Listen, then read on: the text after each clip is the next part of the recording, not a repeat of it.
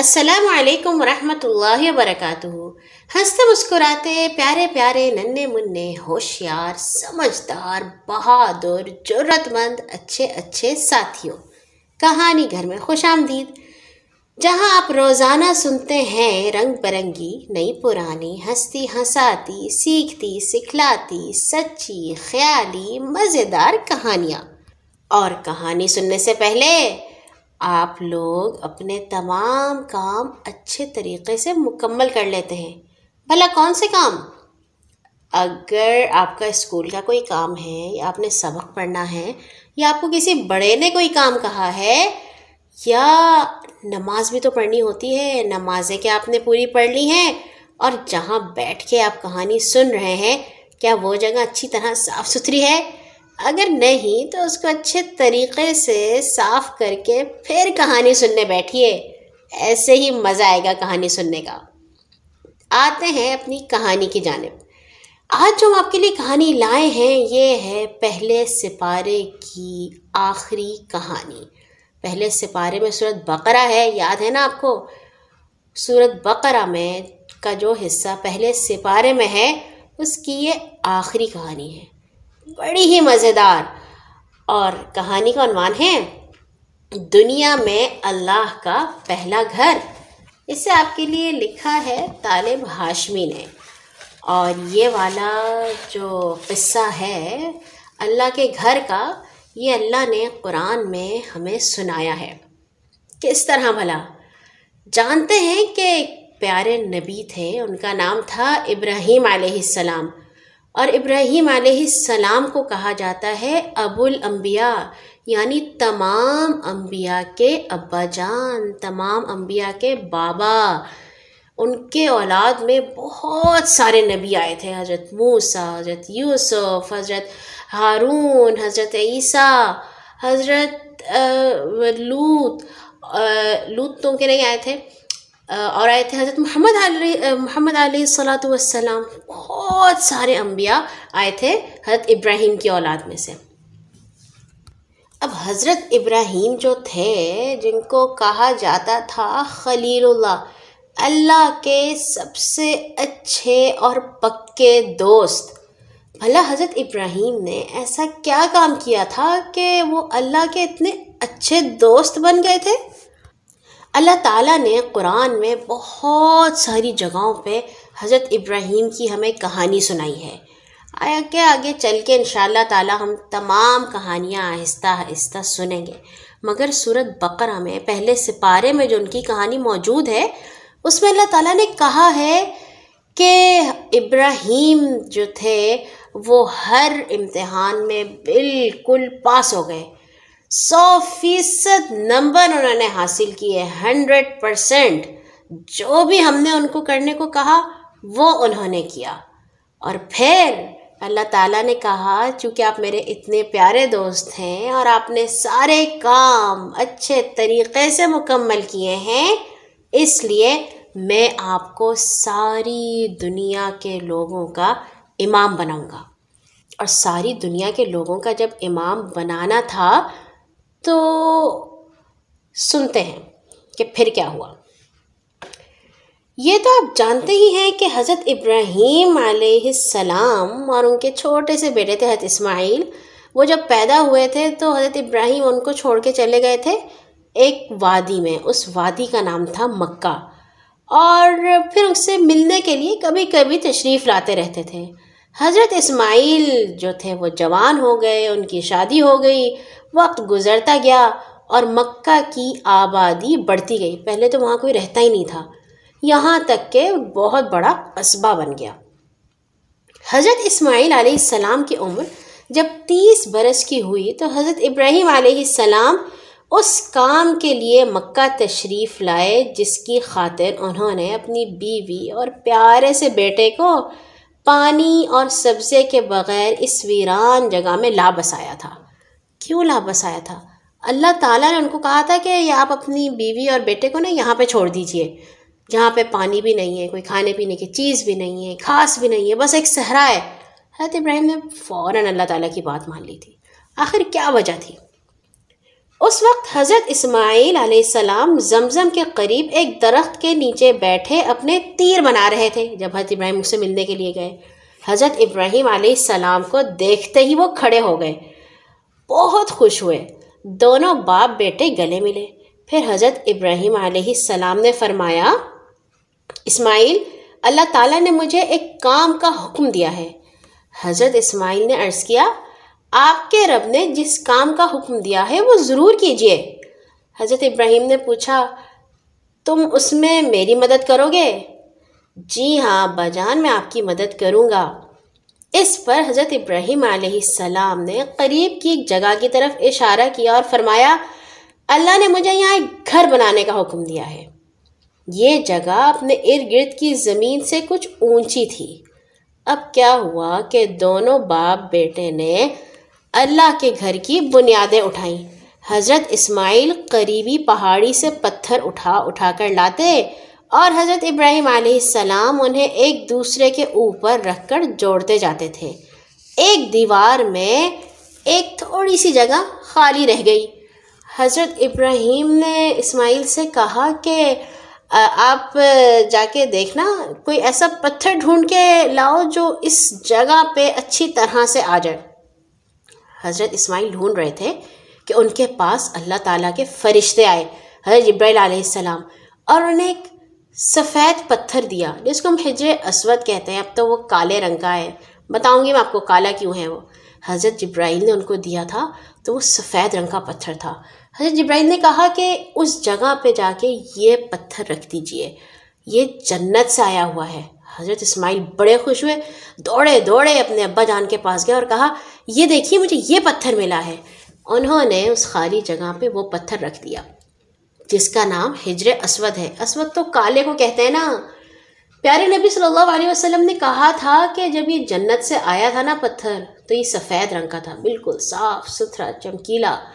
اور سب لوگ تو آپ کو پتہ ہے نا، آپ میں سے جو لوگ گئے ہیں یا آپ نے دیکھا ہے ٹی وی میں کہ اگر کوئی لوگ طواف کر رہے ہوتے ہیں تو وہ اس پتھر کو چومتے ہیں، جنت سے آیا ہوا ہے نا پتھر، اور پیارے نبی بھی چومتے تھے۔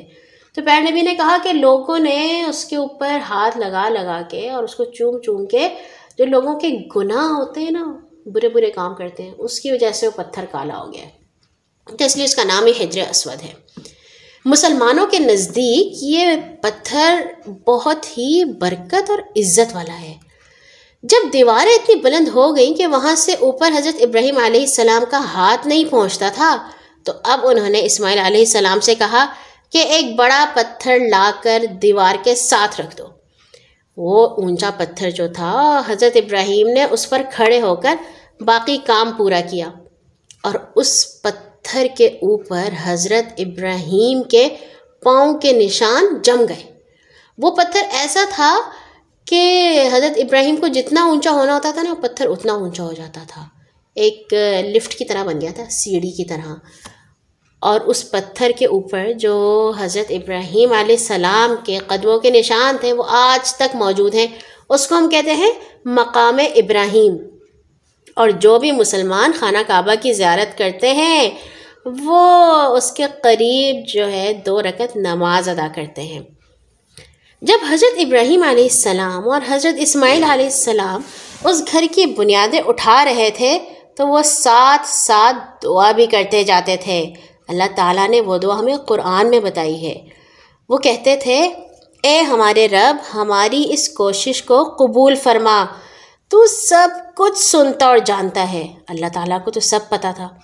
اے ہمارے رب، ہم کو اپنا فرما برداری کرنے والا بنا، ہمارے بچوں میں سے ایک ایسی قوم اٹھا جو تیری اطاعت کرنے والی ہو، اور ہمیں اپنی عبادت کے طریقے بھی بتا کہ ہم تیری عبادت کیسے کر سکیں۔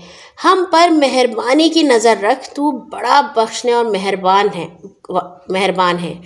اے ہمارے پروردگار، ان لوگوں میں سے، انہی کی قوم سے ایسا رسول بھیج جو انہیں تیری آیات سنائے اور ان کو کتاب اور دانائی کی تعلیم دے اور ان کے اخلاق درست کرے۔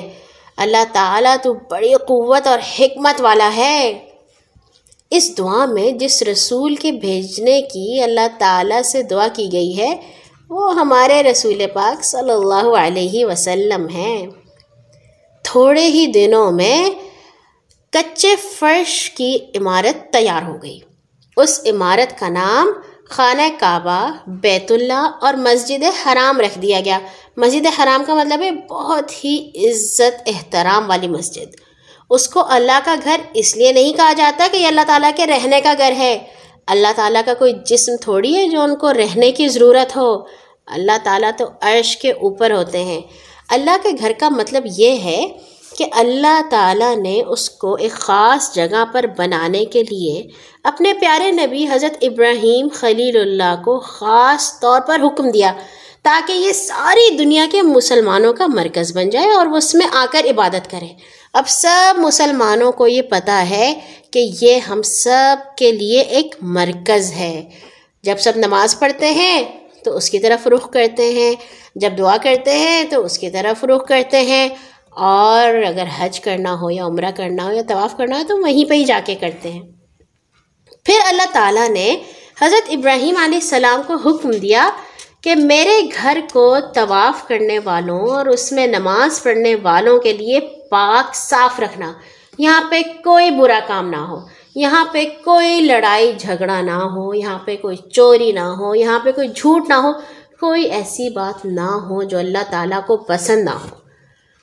اور لوگوں میں حج کا عام اعلان کر دو کہ یہاں لوگ آئیں، پیدل آئیں، سواریوں پر آئیں، کوئی جہاز پہ آئے، کوئی گاڑی پہ آئے، کوئی گھوڑے پہ آئے، کوئی اونٹ پہ آئے، دور سے بھی آئیں، نزدیک سے بھی آئیں، اور وہ یہاں آ کر دیکھیں کہ ان کے لیے کیسے کیسے فائدے رکھے گئے ہیں، اور وہاں پہ اللہ کے نام پہ قربانی کریں، خود بھی کھائیں اور غریبوں محتاجوں کو بھی کھلائیں۔ اب حج جو تھا وہ اسلام کا بنیادی رکن قرار پایا۔ جانتے ہیں نا اسلام کے 5 ارکان ہیں، 5واں رکن کون سا ہے؟ حج۔ اور اس کی قبولیت کے لیے کیا کرنا تھا؟ قربانی بھی کرنی تھی، طواف بھی کرنا تھا، صفا اور مروہ کے درمیان 7 پھیرے بھی لگانے تھے۔ 7 پھیرے کیوں لگانے تھے یہ میں آپ کو بعد میں کہانی میں سناؤں گی۔ اس طرح اللہ تعالیٰ نے خانہ کعبہ کو ساری دنیا والوں کے لیے ایک ہدایت کا مرکز بنا دیا۔ حضرت ابراہیم علیہ السلام نے مکہ کے لیے دعا کی، اے میرے رب اس شہر کو امن کا شہر بنا، مجھے اور میری اولاد کو بتوں کی پوجا کرنے سے بچا۔ پروردگار ان بتوں نے بہت لوگوں کو گمراہ کیا ہے، ہو سکتا ہے میری اولاد کو بھی گمراہ کر دے۔ جو کوئی میرے طریقے پر چلے گا وہ میرا ہے، اور جو کوئی میرے طریقے سے پھر جائے گا تو اللہ تعالیٰ آپ معاف کرنے والے ہیں، مہربان ہیں۔ پروردگار میں نے یہاں پانی اور سبزے کے بغیر اجاڑ وادی میں اپنی اولاد کے لیے ایک اولاد کے ایک حصے کو آپ کی عزت والے گھر کے پاس لا بسایا ہے۔ اللہ یہ میں نے اس لیے کیا ہے کہ یہ لوگ یہاں پہ نماز قائم کریں۔ آپ لوگوں کے دلوں میں ایسا شوق ڈال دیجئے کہ وہ اس طرف کھنچ کر آئیں، اور جب لوگ یہاں پہ آئیں تو انہیں کھانے کو پھل دیجئے تاکہ وہ آپ کا شکر ادا کرنے والا بنے۔ ننھے ساتھیوں، اللہ تعالیٰ نے حضرت ابراہیم کی سب دعائیں قبول کر لیں۔ بھلا کیوں قبول کر لیں؟ اس لیے کہ حضرت ابراہیم ان کے پکے اچھے دوست جو تھے، جو اللہ تعالیٰ کہتا تھا وہ کر گزرتے تھے۔ آج مکہ ایک بہت بڑا شہر ہے، دنیا کی ہر نعمت وہاں موجود ہے۔ 4000 سال سے اب تک لاکھوں لوگ ہر سال حج کے لیے اور عمرے کے لیے وہاں پہنچتے ہیں، اور قیامت تک پہنچتے رہیں گے انشاءاللہ۔ ہمارے رسول پاک صلی اللہ علیہ وسلم فرمایا کرتے تھے کہ میں ابراہیم علیہ السلام کے دین حنیف پر ہوں۔ مطلب یہ کہ حضرت ابراہیم بھی اللہ کا سچا دین اسلام لے کر آئے تھے، اور میں بھی یہی دین لے کر آیا ہوں۔ حضرت ابراہیم کی شان کا اندازہ اس بات سے کیا جا سکتا ہے کہ ہم ہر نماز میں جو درود شریف پڑھتے ہیں اس میں رسول پاک کے نام کے ساتھ حضرت ابراہیم علیہ السلام کا بھی نام لیتے ہیں۔ دیکھا آپ نے کتنے پیارے دوست تھے اللہ تعالیٰ کے، اور یہ دوستی کیسے ہوئی تھی؟ صرف اس لیے ہوئی تھی کہ وہ بغیر کوئی بات کیے، بغیر کوئی بحث کی ساری اللہ تعالیٰ کی بات مانتے تھے، اور پھر خوش بھی رہتے تھے، شکایت نہیں کرتے تھے کہ اللہ تعالیٰ آپ نے مجھے کیوں کہہ دیا کہ میں اپنے چھوٹے سے بچے کو وہاں پہ چھوڑ کے آؤں۔ وہ خوش رہتے تھے۔ اللہ تعالیٰ ہمیں بھی ایسا ہی بنائے۔ کل آئیں گے ایک اور نئی کہانی کے ساتھ انشاءاللہ، اور ہماری یہ کہانی ہوگی انشاءاللہ دوسرے سپارے سے۔ حضرت ابراہیم کی اس کہانی کے ساتھ ہمارے پہلے سپارے کی کہانیاں پہنچیں اپنے اختتام کو۔ سونے سے پہلے اپنے لیے اور تمام مسلمانوں کے لیے دعا کرنا مت بھولیے گا۔ اللہ حافظ۔